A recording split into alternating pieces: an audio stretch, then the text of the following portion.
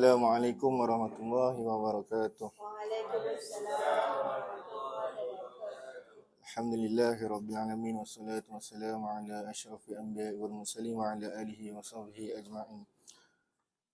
Yang berusaha Ustaz Imran, pengarah Sekolah Bini Insan, Ustazah Mazlina, Ustaz Ikram tak ada, okey. Ustazah Mimi, timbalan pengarah dan juga para muadib dan muadibah yang dikasihi sekalian. Jadi pada hari ini 7 hari bulan Julai 2023 tibalah giliran saya untuk memberi sedikit perkongsian. Pada asalnya bila dapat tahu saya nak berkongsi untuk hari ini, saya cari tajuk berkaitan dengan matematik lah.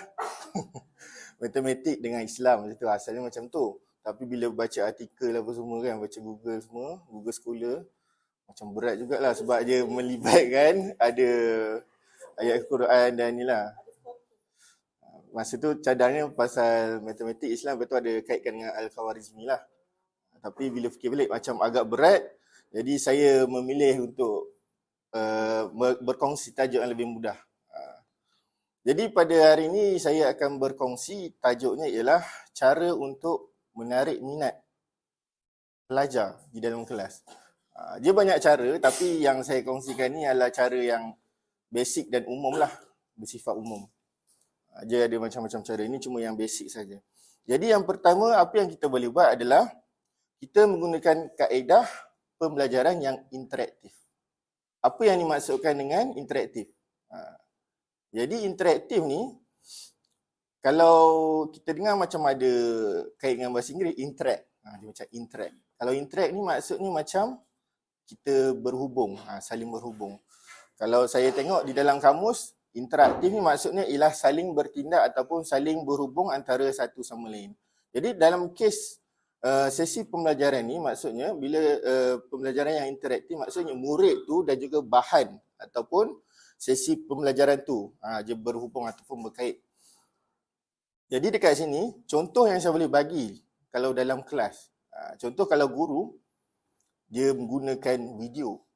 Contoh dia cari satu video tu yang tengok subjek, contoh sejarah kan. Sejarah dia bagi video mungkin berkaitan dengan sejarah Islam ke ataupun sejarah tanah Melayu. Bila budak tengok ni, dia akan rasa dia macam excited. Sebab benda tu biasa kita belajar kadang guru ni dia lebih prefer untuk chalk and talk. Lebih dia tulis dan dia bercakap je. Tapi kita sebagai guru kita kena cuba mempelbagaikan kaedah.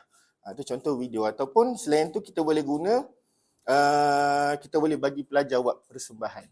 Contoh macam kat sini saya nampak macam English lah. Dia suruh pelajar buat oral speaking. Dia macam ada kelainan dekat situ. Jadi dekat situ di samping pelajar dia buat persembahan tu, dia dapat improve dia punya vocabulary lah. Okey, itu yang pertama. Yang kedua ialah kita menggunakan pelbagai teknik pembelajaran. Okey, teknik pembelajaran ni dia ada banyak. Tapi tujuan apa? Apa tujuan kita guna teknik pembelajaran yang berbeza ni? Sebab kita nak mengelakkan pelajar berasa bosan. Macam yang saya kata tadi, bila kita mengajar hanya bercakap dan hanya tulis kat depan. Hari-hari, setahun kita guna cara yang sama. Memang pelajar akan rasa bosan lah. Dia kata teknik yang sama je sebab pelajar ni pun manusia je, ada perasaan lah. Jadi, kita cuba tukar. Mungkin kalau minggu ni kita chalk and talk. Mungkin minggu depan kita boleh buat kaedah perbincangan. Contoh, kalau bahasa Melayu kita suruh diorang berbincang berkaitan peribahasa ke. Kalau matematik mungkin boleh suruh diorang berbincang berkaitan dengan soalan tu. Itu contohlah perbincangan. Ataupun macam kawan saya dia guru sejarah, apa je buat, dia memang setiap kali dia akan tukar cara mengajar tu. Contoh minggu ni dia buat budak tu suruh ubah lagu, lirik lagu dan nyanyi. Masa tu dia buat lagu apa saya lupa. Tapi lagu ni lah yang patriotik sikit. Saya tak ingat liriknya, minta maaf. Okey. Dia macam contoh dia buat lagu, lepas tu dia ada buat game. Dia buat game, saya tak pastilah dia buat game macam mana. Tapi macam kalau dari segi matematik, saya pun masa study sebelum ni memang ada buat game lah, macam inovatif dia. Mungkin macam contoh Explorers kan. Kita buat konsep macam Running Man tu. Setiap stesen tu dia ada misi yang berbeza. Macam itulah. Okey. Kemudian saya kongsikan sedikitlah berkaitan dengan PAK 21. Pembelajaran abad yang ke-21. Untuk PAK 21 dia ada banyak. Kalau saya tengok pun memang berpuluh lah. Tapi yang ni saya kongsikan sedikit yang simple. Jadi yang pertama gallery walk. Gallery walk ni, gallery walk ni, okey. Contoh, kita bagikan pelajar kepada beberapa kumpulan.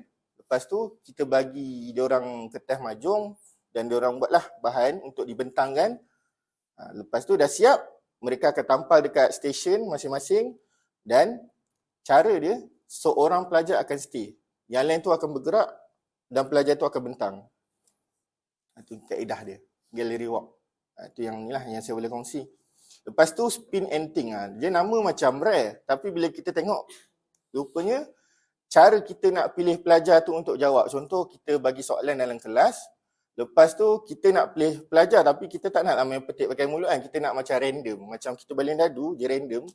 Kita ambil phone yang spin name tu. Dia macam tu. Spin wheel tu.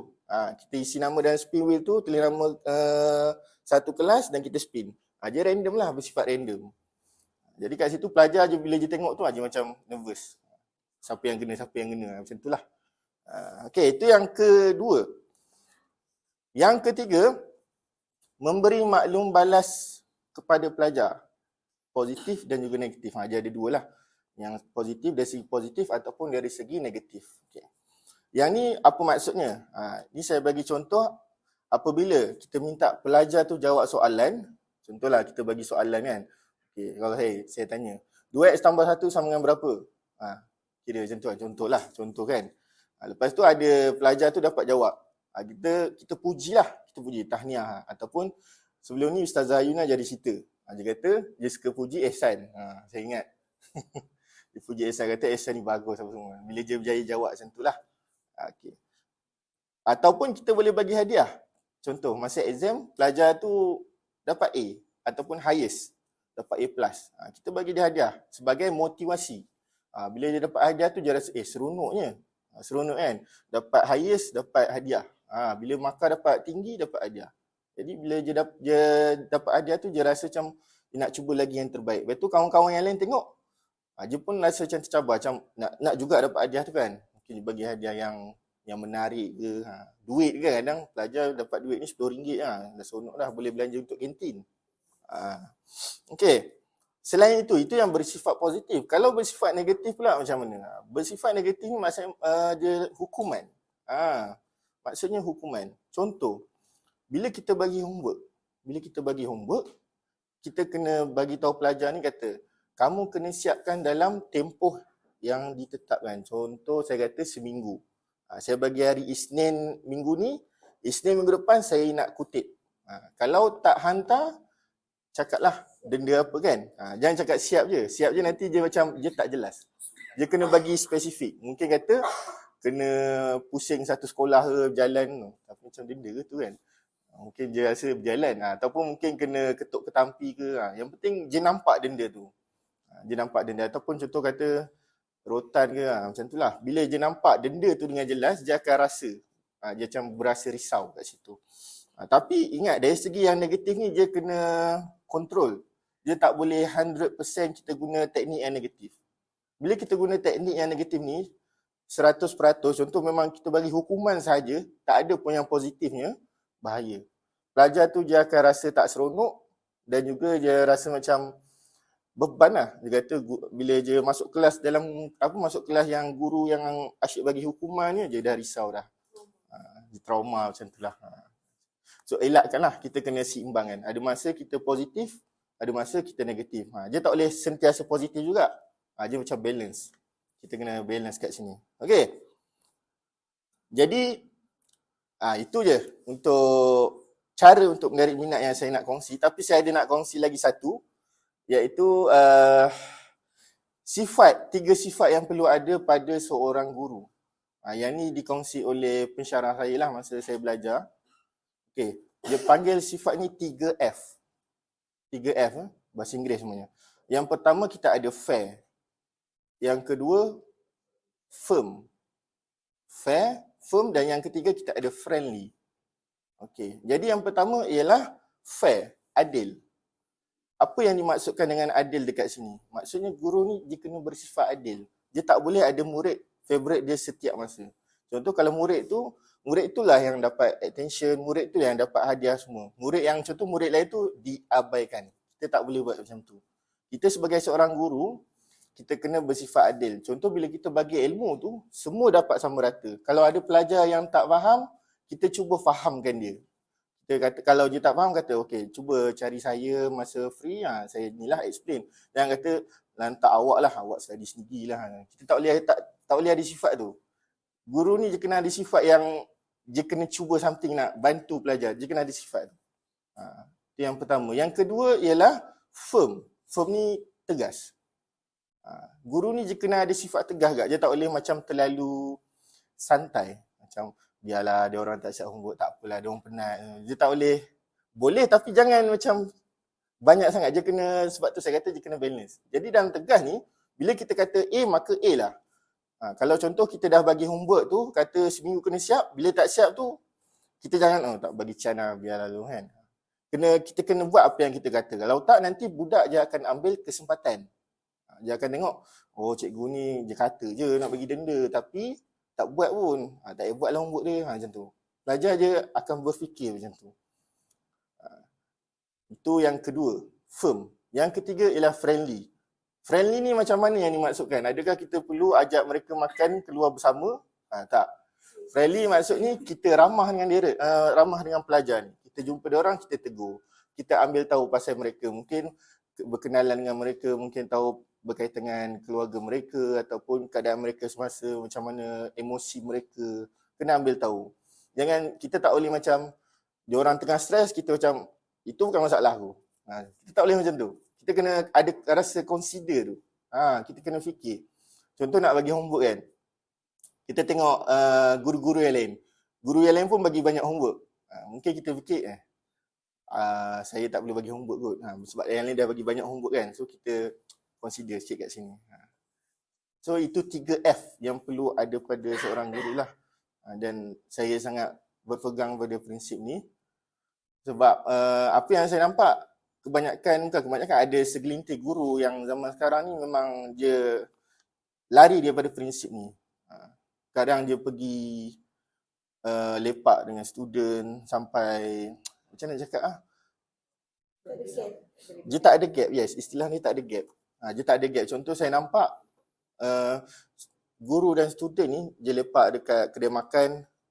Itu mungkin okey lagi lah, tapi masalahnya bila saya nampak mereka hisap vape bersama, itu dah terlalu melampau bagi saya.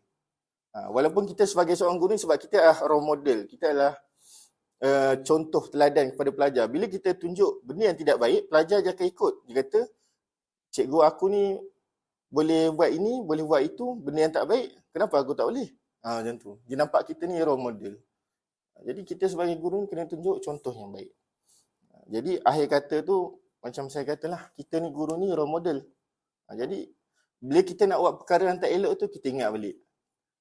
Ingat pelajar kita yang tengok kita ni. Bila kita buat, contoh kita cakap benda yang tak elok, atau kita marah-marah sentiasa, ataupun kita buat perkara yang tak elok, pelajar ni yang tengok kita. Okay. Jadi itu je yang sempat saya kongsi untuk hari ni. Kalau ikutkan, adalah macam-macam. Saya tengok ada teori pembelajaran, kaedah macam-macam lagi lah. Itu mungkin akan datang boleh dikongsi. Episod 2 ya. Tengok keadaan macam mana. Okey, jadi minta maaf saya tak ada ilmu agama, saya tak setinggi ustaz-ustaz. Jadi saya hanya mampu berkongsi ilmu berkaitan dengan pendidikan saja. Jadi itu saja untuk jadi itu saja yang dikongsi untuk hari ini.